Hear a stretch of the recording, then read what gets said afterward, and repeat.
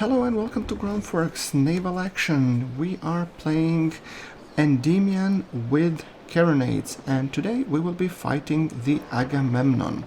As you know, Agamemnon is a fourth-rate ship of the line, while Endymion is a frigate with a fifth rate. So we are packing entire loadout with carronades, which means my fight will be up close and personal for this one. And yes, if you were wondering, this is the first part of the video that aired last week in the tutorial of NavalAction carronades versus long guns. I recommend, if you haven't seen that video, do check it out. It's pretty nice, although I have to warn you that some parts of the fight will be repeating. However, I figured I owed you guys to show you a full fight, and I fully intend to do so. So sit back, relax, enjoy, and watch these two beautiful beasts duke it out. Oh, look at that. I mean, this is perfection at its core. Endymion is one of my favorite ships. I know that I say for almost every ship, but I mean, all of those ships are modeled so nicely, so beautifully, and I don't know.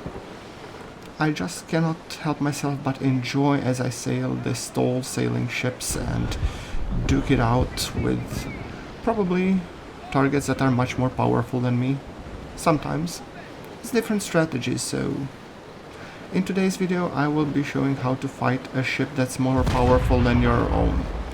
And in that case, carronades are usually a good choice, because you want to be packing carronades because they have more hitting power and yeah. Okie doke, come on. Uh-oh. He is turning. Oh, and this will be a close one. Okay. Lining the shot nicely and fire.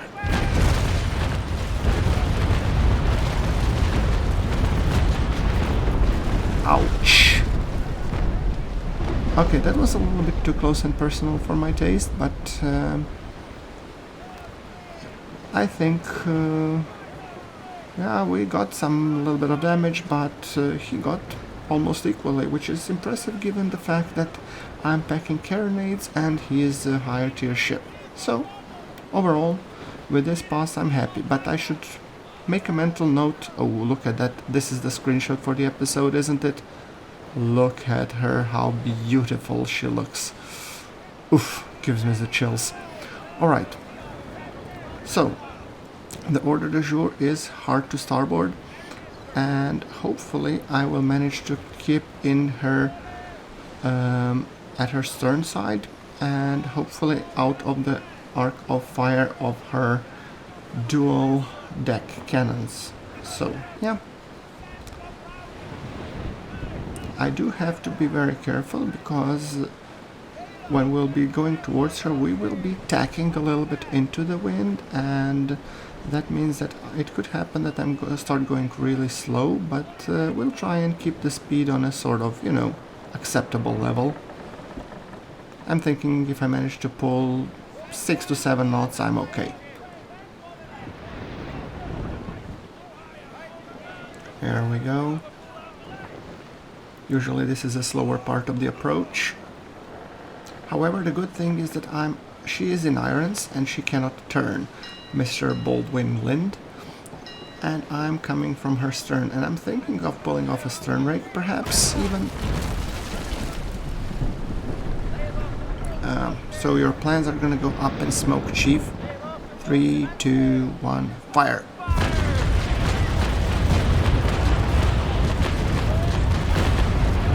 Okay, 15 to the hull, 3 to the cannon, 41 to the crew.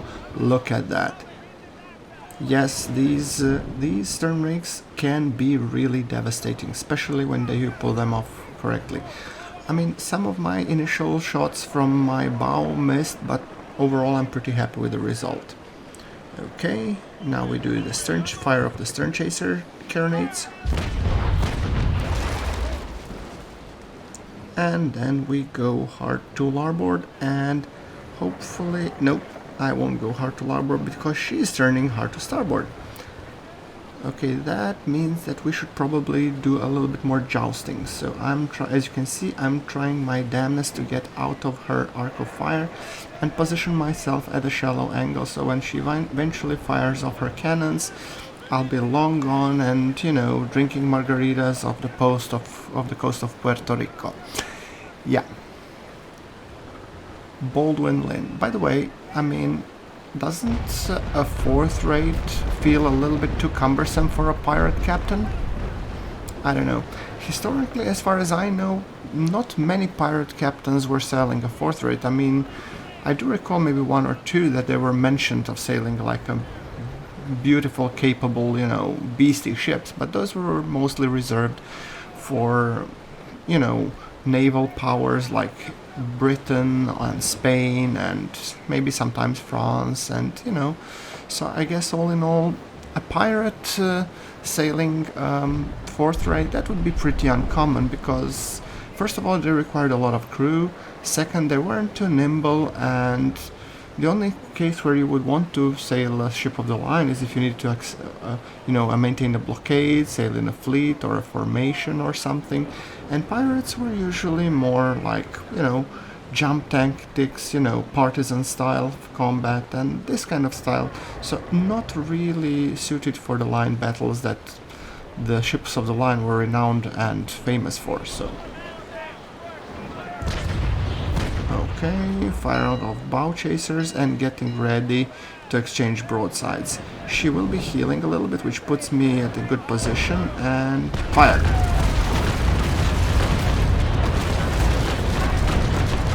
"17 to the hull and 17 to the crew. Decent. I mean, I'm working on her starboard side, hopefully, and now I'm trying... Okay, so she's turning hard to starboard, meaning I'm gonna probably go turn to larboard.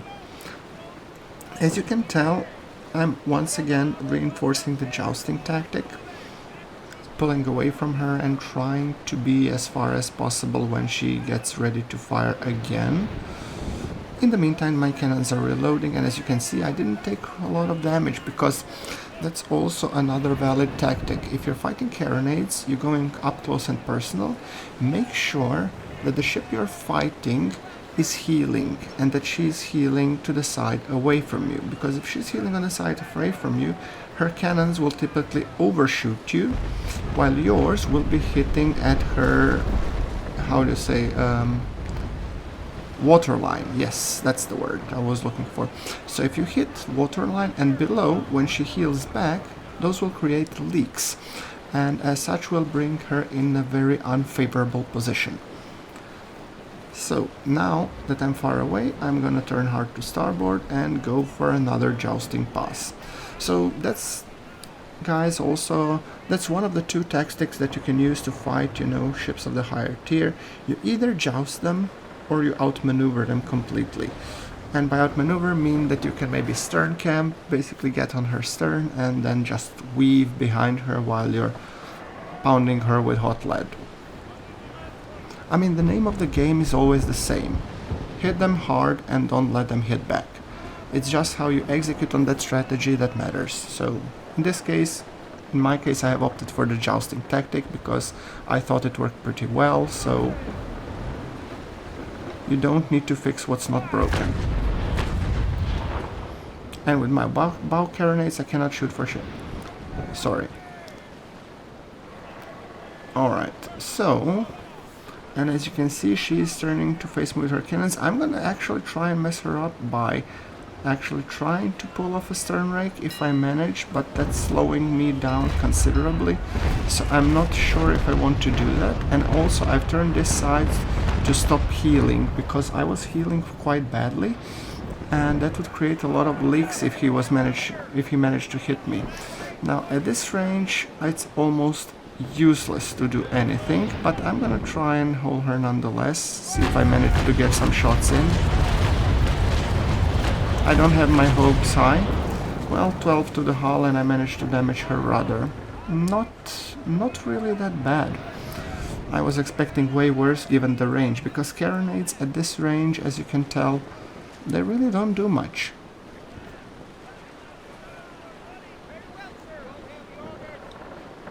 Yes, the carronades were basically sort of a very up close and personal type of weapon, and they were basically, if you should consider them as a shotgun, except they're not firing off, you know, buckshot, but they are firing off the regular, you know, larger cannonballs. So the whole idea was to do greater damage from up close.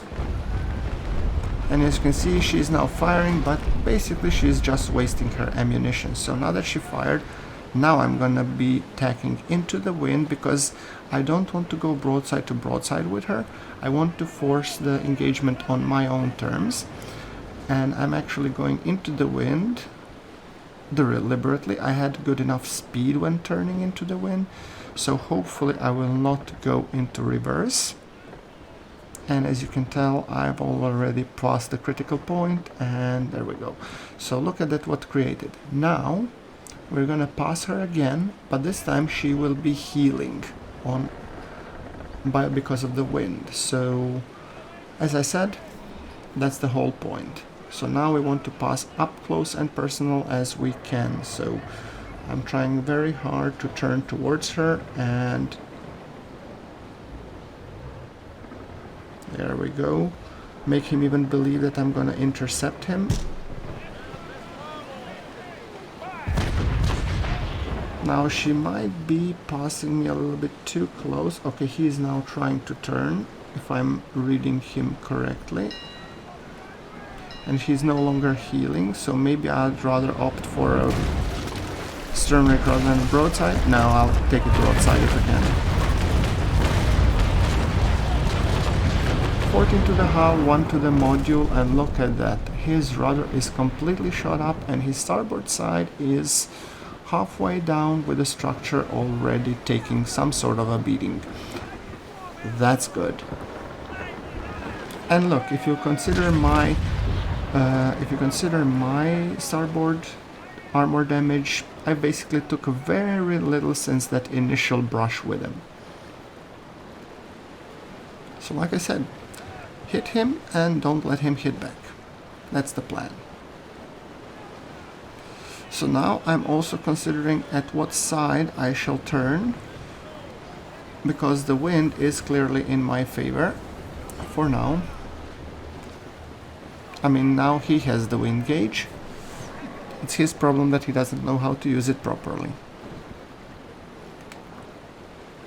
By the way, during the era of Age of Sail, the ships that would have the wind gauge would have a great tactical advantage and dictate the terms of engagement. It was actually more important than you would think. And I think I've read somewhere that during the battle of the USS Constitution, I don't think I recall that the Connie had the wind gauge, so she was able to take completely by surprise the La Guerrière, the French frigate. Now please, if I've did that wrong, do correct me in the comments below, and I always enjoy when I see your story, when you post some story that I haven't read or haven't seen, so yeah, feel free to. For example, a big shout out to one of my NavalAction viewers who, when I've posted the Mercury video, he posted the entire story of the Russian brig Mercury. Look that video up. Actually, I'm gonna put a card here in the top right corner so you get a chance to see it. Of course, the review of the ship Mercury together with a great story in the comments by one of my viewers. It's really fascinating read. I recommend you check it out. Anyway, Baldwin Lind is halfway down, and this time I did take a beating because I was battling on his terms. If you take a look, I was at the range that he could damage me, while all the same trying to hit him with something. So I think the amount of damage dealt and damage sustained was really, he was the winner in this sort of broadside exchange. So note to myself, do not do that again. and he's now starting to fire again. My cannons have reloaded, so I'm gonna wait until he expands his shot. He's trying to pursue me.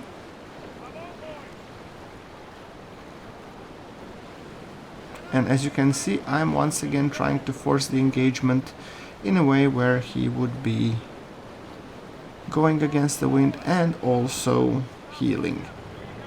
There we go. I've turned my sails for the hard to starboard turn once again into the wind. Although I must say I am slightly concerned because he is quite close. I would prefer to have more distance between our two ships, but it doesn't really matter.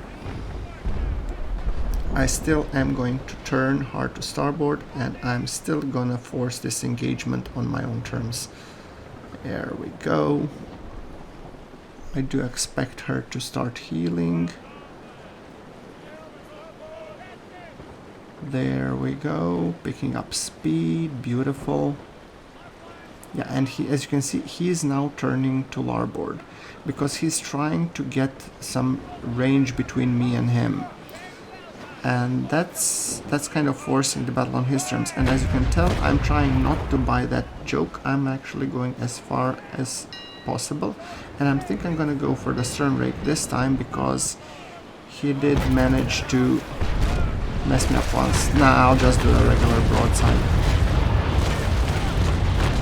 The angle is not favorable, but I still managed to pull off 16 to the hull, so that's doable with very little damage received on my side. So, as you can tell, so far I'm kind of winning this engagement.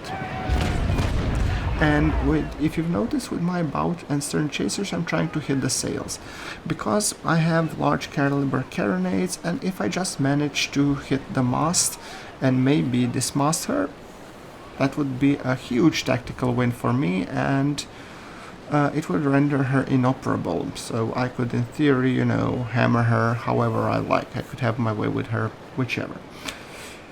Alright, so once again, sailing a little bit further away, and as you can tell, he is turning. It's also very important to watch the opponent's sails, because his sail tell you which way he's gonna turn, if she's healing, if he's gonna stop healing, and whatnot. So it's sort of like in the boxing match where you want to be watching, you know, for intent where the opponent is gonna go. You don't look at the hands are just product, look where he is looking, because that's where he's gonna strike. So, yeah. There we go, another pass. And after that, maybe I'm considering to pop a repair, because so far so good, but you want to repair while you still have enough armor to withstand some beating.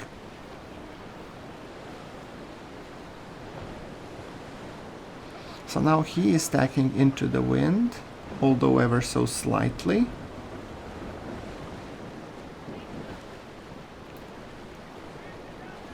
This time I'm going to try and go for the closer engagement, and as you can tell now, I am the one healing. However, I'm not considering on going on his larboard side, because there's really no point. If I go on the larboard side, then I'm gonna be hitting his larboard side that has full armor, so I'm still gonna battle this, but I'm gonna try to mitigate my heal with the fact that I'm gonna be turning my sails perpendicular to the wind, so hopefully it doesn't go as bad. As you can see, I'm depowered my sails, and now I'm turning my sails to be parallel to the wind, and now getting ready. Fire. Range is a little bit further than I would have liked it to be, but 22 to the hull, 25 to the crew. He did fire, although he fired a little bit too late for my tastes, which meant that like majority of his guns did miss. And now I was there thinking maybe would be an opportunity to turn larboard and do another broadside, but at this range, it's not bueno. that I would just give him a free shot against me. So I feel like the best way to continue is just to pursue tactic that I've been using so far. The key to this winning the engagement is be aggressive, hit hard, and try to avoid damage when you can.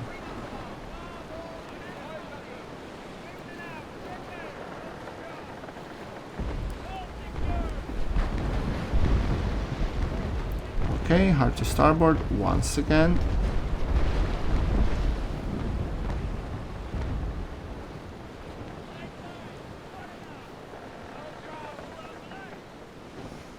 You figured that he'd learn. I mean, fighting bots is never as exciting as fighting players. However, bots can create their own personal challenges, so you really can enjoy and appreciate a naval fight whenever you can get one. So, this time I'm gonna try and get a little bit closer, because at great range, basically he's the one dealing damage. At closer range, I'm the one doing the damage. So there we go, 2 to the hull. Yeah, she's gonna run away again. Damn you.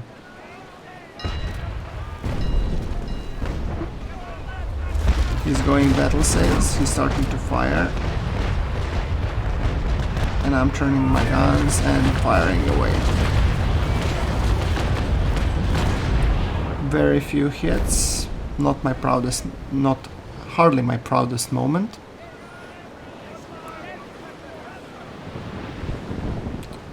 And with all of this smoke, it really gets hard to aim. However, fire. Nope, no can do. Okay, at this point I'm actually now on his other side. So rather than turning, which side should I turn now? I'm just thinking out loud. First I'm gonna put some distance, and then I'm gonna do a repair. That gives him chance to turn. I'm not facing his good side, and he isn't hitting me. Yeah, I think I'm gonna use that tactic. And beside, my starboard armor is gonna get repaired a little bit.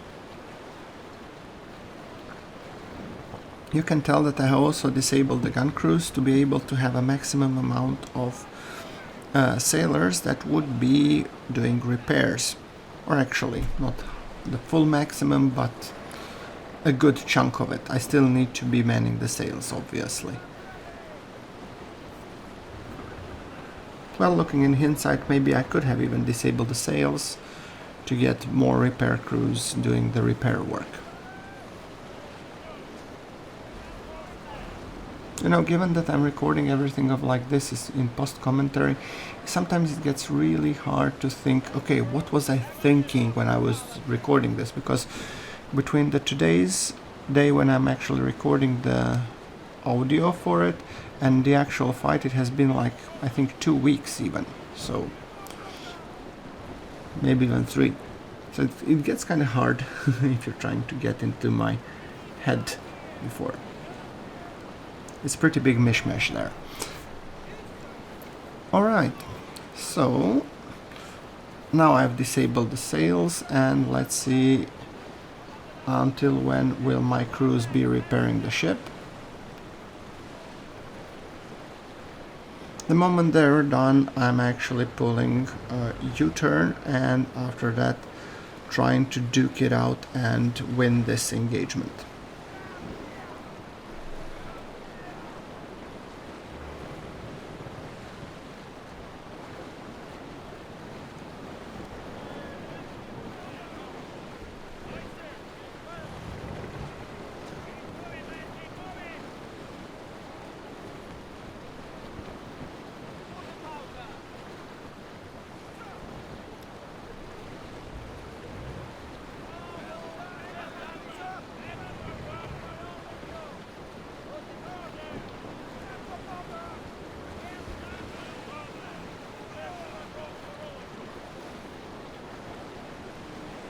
Okay, you know what I'm thinking? I'm thinking that these repairs are taking too damn long, so I'm just try and get on the good side and waiting for that opportune moment when my repair crews start dwindling, meaning that the repairs are done, and then I should re-enable the sails and the gun crews, because I have currently 4 men manning the sails and 6 men manning the cannons. There we go. Okay, now re-enabling both crews, and we pull on a hard to starboard.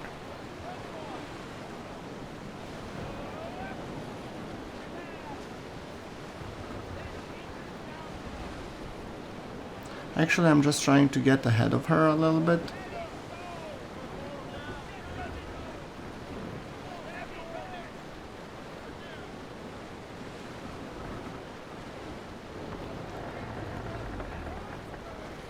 Yeah, I'm thinking we could stay like this until the cows come home, so maybe it's better that we just duke it out.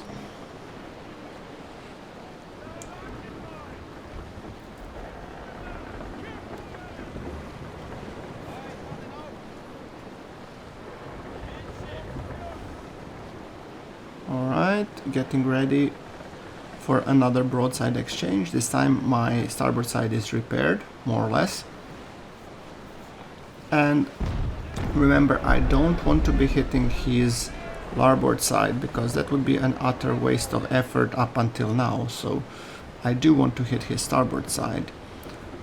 However, that means that I'll be healing a little bit and depowering the sails, getting ready for a broadside. 3, 2, 1, fire! Oh yeah, look at that. My carronades are chewing through his structure and his armor like butter, literally.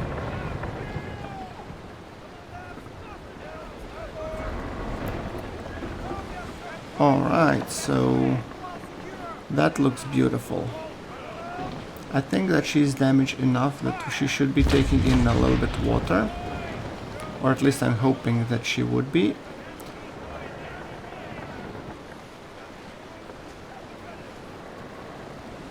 I think I should probably be getting ready for that final pass where I seal her fate and put her to the Davy Jones's locker.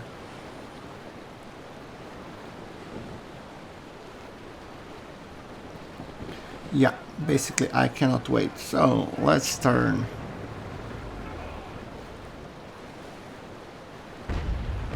Oh, he's starting to fire, maybe just hold course until then.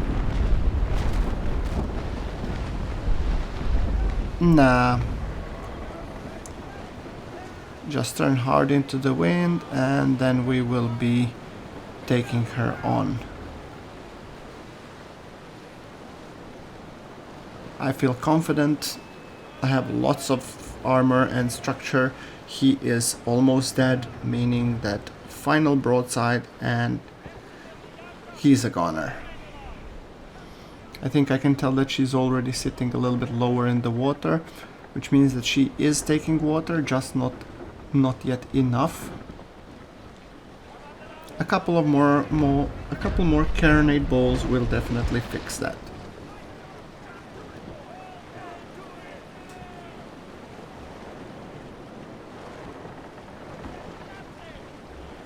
Alright.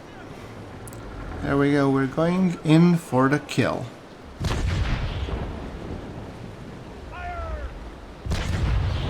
It's gonna be a nice and tight.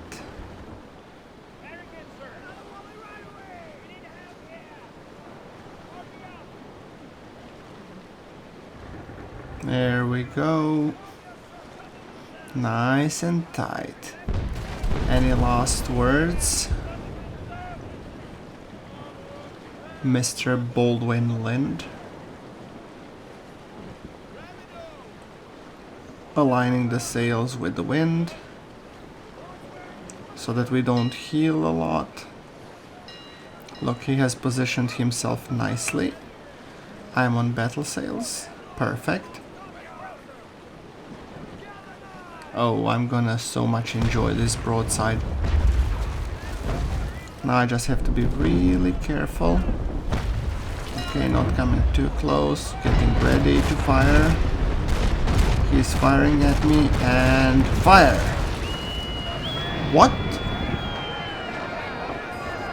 Oh my god. Uh-oh. Come on, come on. What I do? I did not see this one coming. Shit, he has 333 per crew, I have 205. Come on, next round, what I'm gonna do? He is prepared even for boarding. Crap, I'm gonna fire deck guns. I have them. And boarding lost. Ouch. Well, guys, a word of warning. Fighting with carronades can have its unexpected moments, and if I had just stayed at the range, I could have easily sunk her. I'm gonna now go and let that sink in, quite literally, while I'm watching this Agamemnon sink, and with it my control over this beautiful Endymion.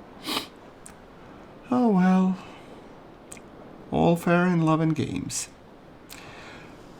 That's it, guys. Hope you liked the episode, and I'm gonna see you in the next one. Thank you very much for watching. This is GrunfWorks, signing off.